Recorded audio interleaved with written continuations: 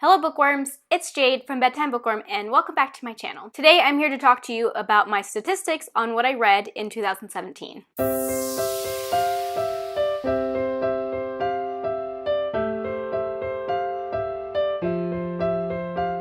Some of you might have been wondering, where are all of Jade's end of year types of videos? And this is the first one that I'm filming. I'm one of those people who likes to wait until after the year is completely over and even give myself a week or two to really sit down and think about all the many things that I read before I make these videos. I'm going to have 6 videos in this series. Today I'm doing my statistics on all the things that I read in 2017. My next video will be the 2017 reading survey where I answer a bunch of questions that were created by a blogger, Jamie from Perpetual Pages. And then next I'm going to have my best books of 2017, and then I'll have my worst books of 2017. I will have a video about my most disappointing and most surprising books that I read. And then last but not least, I will also have a video about the best and worst audiobooks that I listened to. So you have lots of 2017 wrap-up videos to look forward to. I think out of all of them, this stats video was the hardest for me to put together. And I've already tried to film this video once because I am trying out a new mic situation. I don't know if you guys have noticed in the last couple of videos, my sound quality is a little bit better. You know, when I'm editing, I listen to myself talk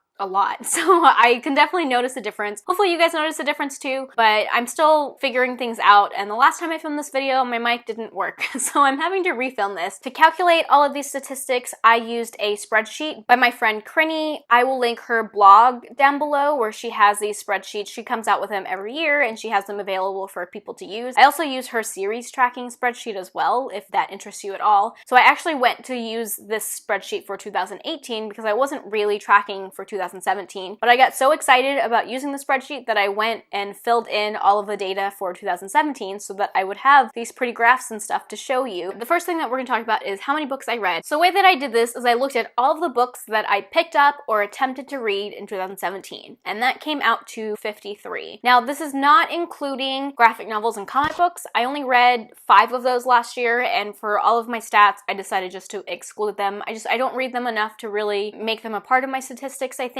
and I personally feel like they throw off my page number stats and things like that. So I picked up 53 books, and out of those I DNF'd 6 of them, meaning that I read 47 books in 2017. My Goodreads goal was 52, and I said that I met that goal because I was including graphic novels and comic books in that count, but excluding those I really only read 47 books. Out of those 47, 5 of those books were rereads. And then I wanted to look at the number of books that I read each month. Now this graph is excluding the books that I DNF. I didn't count them if I didn't actually finish them in that month. So the most number of books that I read in a month was 8, and that happened in September and in October. The month that I read the least was June, when I read 0 books. And it's not necessarily that I didn't read it all, I just didn't complete any books because these are all based on completion date. And that doesn't surprise me because I had a wedding in June and had a honeymoon in June. While I was reading a little bit here and there, it wasn't really enough to finish any books. I also looked to see what my average number of books read each month was, and that turned out to be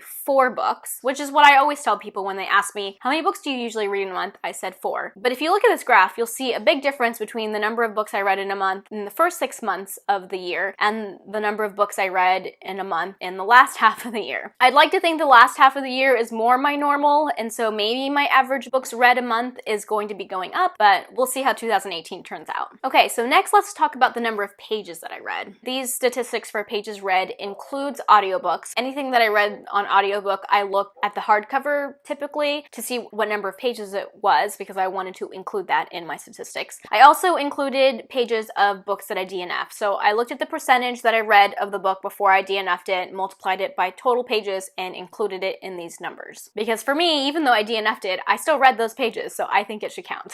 The total number of pages I read was 20,932, so almost 21,000. The average number of pages each month came out to be 1,744, which comes out to a little over 57 pages read a day. So while I read the most books in September and October with 8 books, I actually read the most number of pages in September. And I checked and I did not have any DNFs in September or October, so that's not affecting those page numbers at all. If you look at how many books I read in, various ranges of page lengths, the vast majority of what I read falls into the 300 to 500 page category, so I read 30 of those. over half of what I read. And I think that makes sense. I think that's the size of like the average book in general. I also read 6 books that were between 150 and 300 pages. I read 10 books between 500 and 800 pages, so that's like my second biggest category because I guess I kind of like chunky books. And then I read 1 book that was between 800 and 1,000 pages. If you average the number of pages per book, it comes out to 428 pages. Okay, next I'm going to talk about the format of the things that I read. This is, again, excluding DNFs. These are only the books that I actually finished. And this is a little bit arbitrary in the sense that I typically will read a book in more than one format, so I kind of just picked the primary reading format that I used for the book. A little bit surprising to me was that my most read format was audiobooks. I knew I listened to a lot of audiobooks, but I didn't think it would beat out the other formats. But again, a lot of times I will listen to something on audiobook and read it physically in various different formats. So I read 16 audiobooks last year, which made up a little over a third of my reading. I read 10 hardcovers, 10 ebooks, and 11 paperbacks. So the rest of them were all split pretty evenly. I also wanted to touch on my star ratings. So this graph that I'm showing you are my star ratings, and this is including the books that I DNF'd because I personally do rate books that I DNF. They're usually my 1 and 2 star books. Looking at this graph, the star rating that I had the most often was 5 out of 5 stars with 18 books. I was really surprised when I saw this number, and I actually went through my list to double check that it was correct, and it was.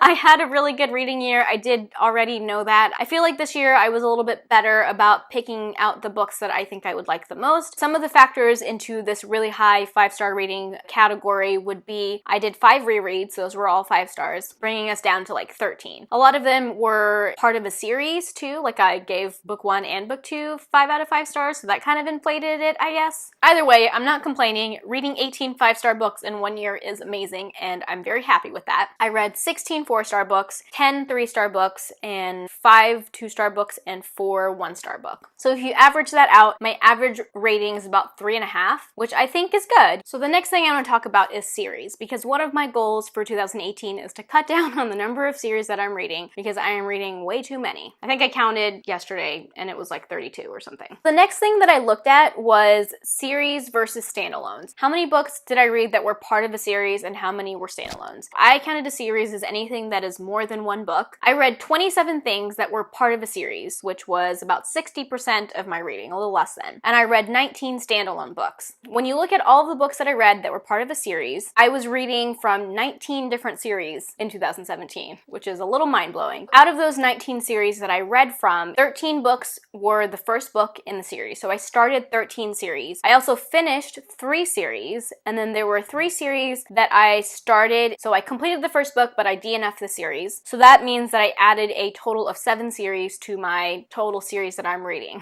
In 2018, I would like that number to be in the negative as far as adding series to what I'm reading. Okay, so the next graph that I have is for genres. This was a little hard for me to put together because, like most books, a lot of the books that I read in 2017 fall into multiple genres. When I was making this list, I tried to just really focus on like what the book mainly falls into. For the record, none of these genres were mutually exclusive except for high fantasy and urban fantasy. And this is just how I categorized it. Anything that was set in a completely made-up world, I categorized as high fantasy, and anything that sort of took place in our world, you know, maybe with magic, maybe with a new world like on the side, I categorized as urban fantasy, and I did try to make those 2 things mutually exclusive. But the rest of them is kind of a free-for-all, which is why I did a bar graph instead of a pie chart. So no surprise here, the genre that I read the most books in was high fantasy. I read 18 books, and I read 10 books that were urban fantasy. So when you put those together, obviously fantasy is what I like. And then of course the third category was science fiction, coming in at 10 books. As you can see from this graph, fantasy and science fiction are kind of my bread and butter. That's what I really, really like to read.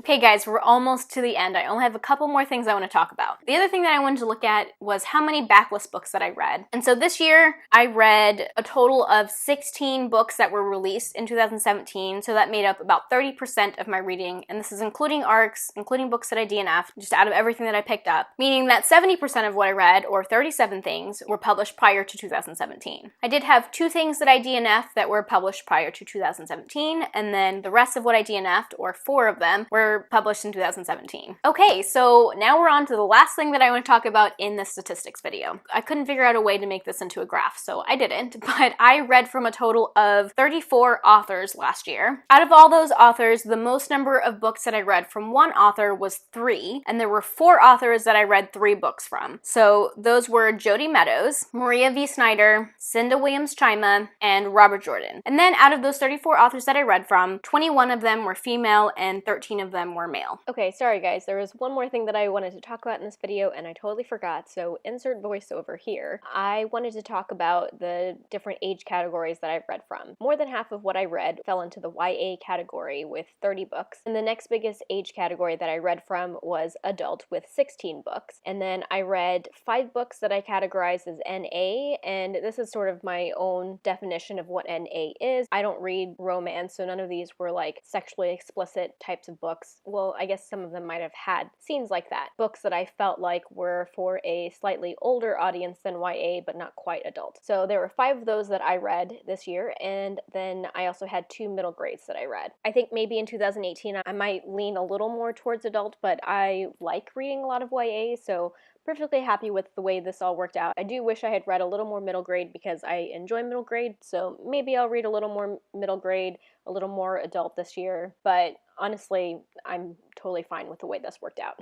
Okay, so I think those are all the statistics that I wanted to talk to you about. Hopefully when I go to edit this, it isn't a crazy mess and I can make it sound coherent and insert all my pretty graphs that I made. Like I said, I have 5 more end of 2017 type of videos coming out, so you have those to look forward to. If you like this video, be sure to give it a thumbs up and subscribe to my channel if you like bookish content. I post at least once a week. That's all I have for now, and thank you so much for watching, and until next time, bookworms, keep reading. Bye. So I've excluded so I picked up 5 books. Oh, I'm sorry. And then the month that I read the least, interestingly, while my most read falls into the 300 to 500 book, 300 to 500 page, a lot of the books that I liked, especially the ones that a lot of the books that I read, fall, bye.